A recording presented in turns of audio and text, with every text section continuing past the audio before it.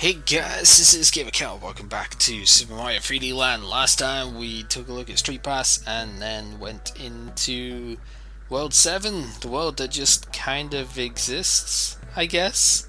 That sounds really harsh, but it is really just kind of there. Like this game is not particularly difficult outside of the perspective issues. And yeah, until you get to the end of the game and do the extra bonus stuff, it really isn't that bad. But at the same time, control for me is always an issue on the... oh, ouch. I am again used to Mario Maker stuff where the bombs don't explode immediately after you set them on fire. That was a bad idea, but I somehow got away with it. I did not really give any sort of attention to how that may have panned out, but whatever. Not too big a deal. I remember this level actually taking me quite a while when I first played it because I kept messing up the camera perspective and stuff like that, but we shall see if I fall into the same traps this time. So there are these moles around that you can ground pound, and they're not really a big problem at all. There's a way of getting up here. I guess you can you just jump it, or do you have to wall jump? I guess you can wall jump up there. You're supposed to go round, but I'm pretty sure you could make it there if you were like better than me, which let's face it, is not especially difficult to be, but whatever. Yeah, I kept messing up jumps like that, which you really don't even need to make. I just kind of make them because I'm weird. I don't know. Maybe you can't. Actually, no, you can't make it up there. Okay. But you can make it there, which is a place for one up. That's why you can't make it from the other side, because you have to be ducking in order to do it. Okay. Well, that's still kind of neat. And don't forget the star medal here. Backflips do give you a little bit of extra height, although, so, you know, and not just backflips, they take some time to charge, but side flips also do give you extra height as well, which is pretty good. So it's what I like. The stuff I like about this game is like it is, I guess, very athletic. Oh, I did exactly the same thing earlier as well. There are a lot of different moves that you can use, and it is really cool how they all pan out. So that aspect of this game is really neat. The levels may just exist, but your methods for going through them are surprisingly versatile, which I always find interesting as you know, a player of these Mario games, I guess. You can get down there. I don't remember if there's a point to going down there. It looks like that's just the starting area. I honestly forget. I think I lost quite a few lives when I first played this trying to go there, but there is definitely something there because I am missing a star coin. So I don't know, that looks like it's just going back to the start then because of dying at that. The star medal thing must be over this area somewhere then. That is fine. Yeah, it's probably here. Yeah, there we go. So that must just be going back towards the start, which is kind of odd. And yeah, this level is just kind of ending. You know, it's once again one of those things where there's nothing wrong with it, except that it just exists. I'm gonna wait and actually get the Tanuki here as well, though, because I think that would be kind of important for getting the flagpole. I needed to do that in the opposite order because I could not see where the platform was there, and it just did not work. So yeah, this level once again killing me, even though it's really nothing too like taxing. It's just killing me because I'm being silly, which is perfectly fine. That is definitely a way in which levels can be quote-unquote hard when they're actually not hard at all, is if you are just playing stupidly, kind of like that, but except that actually worked. So you know, you can reach the flagpole from here because I'm pretty sure you can anyway, because if I remember rightly I kind of did that. the first time I played this, but it's obviously not the best idea to go in that type of direction. So yeah, for some reason that one jump messed me up all the time when I was doing this the first time I played. It's one of the few levels I distinctly remember in this game because of that, you know. I think I maybe died about 15 or 20 times just on that jump because I was being stupid and was trying to float to it when I really didn't need to.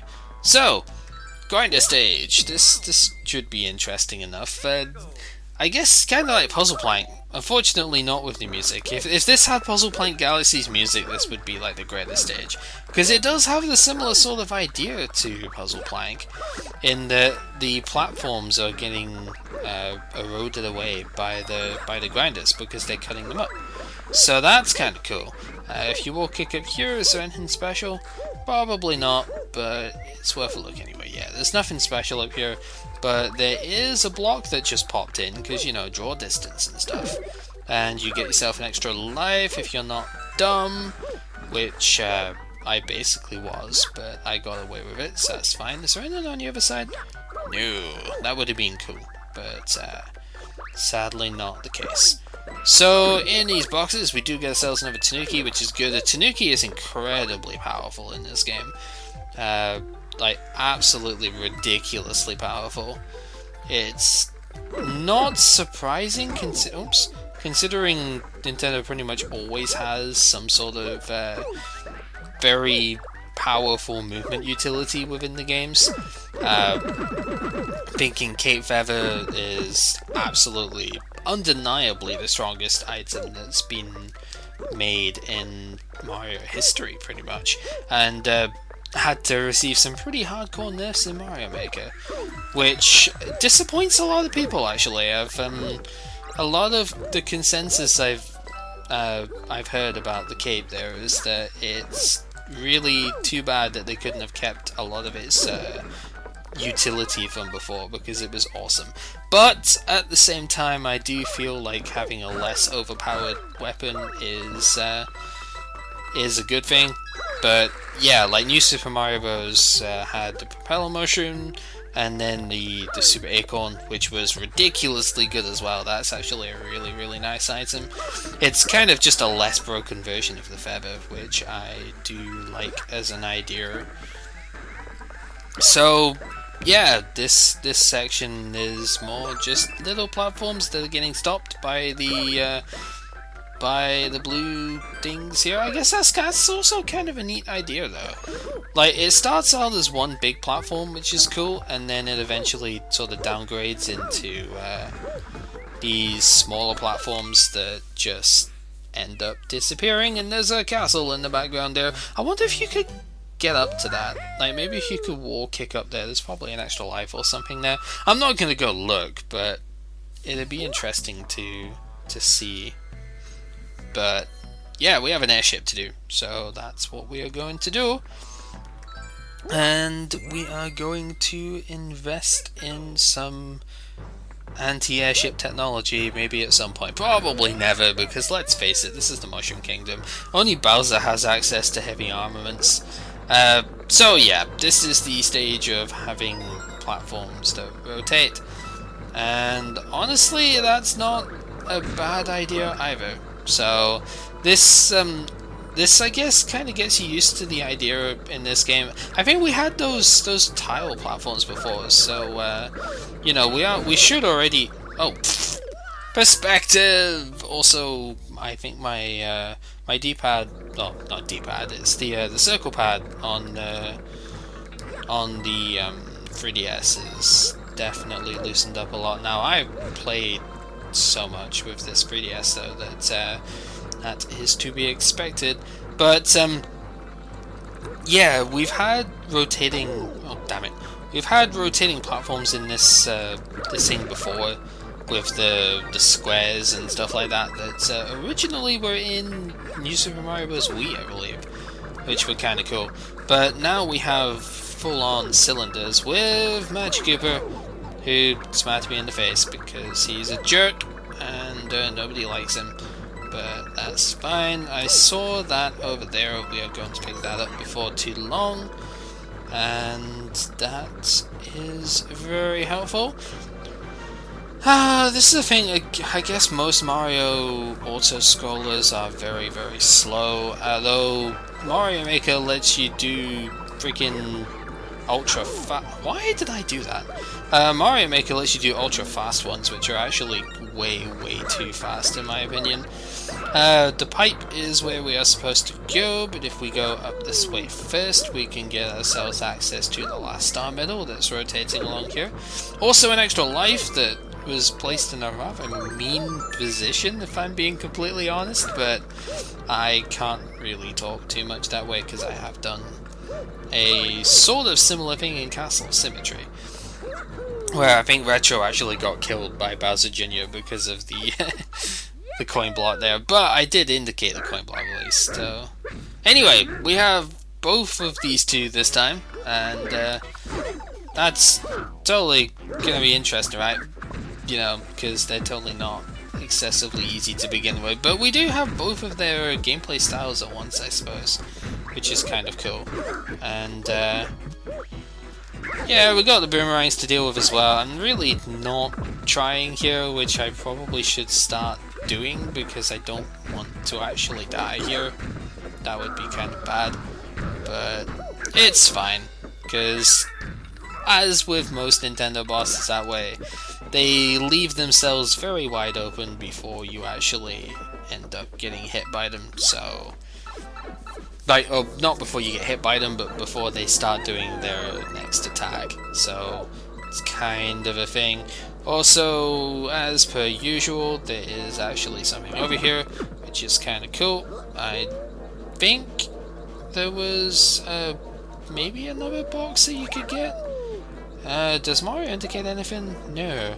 Actually, yeah, I guess he doesn't indicate like hidden blocks and stuff. That would have been really awesome as a mechanic if you stopped looking, because I did notice there that Mario actually looked at the used triple blocks. So it would have been a really cool mechanic if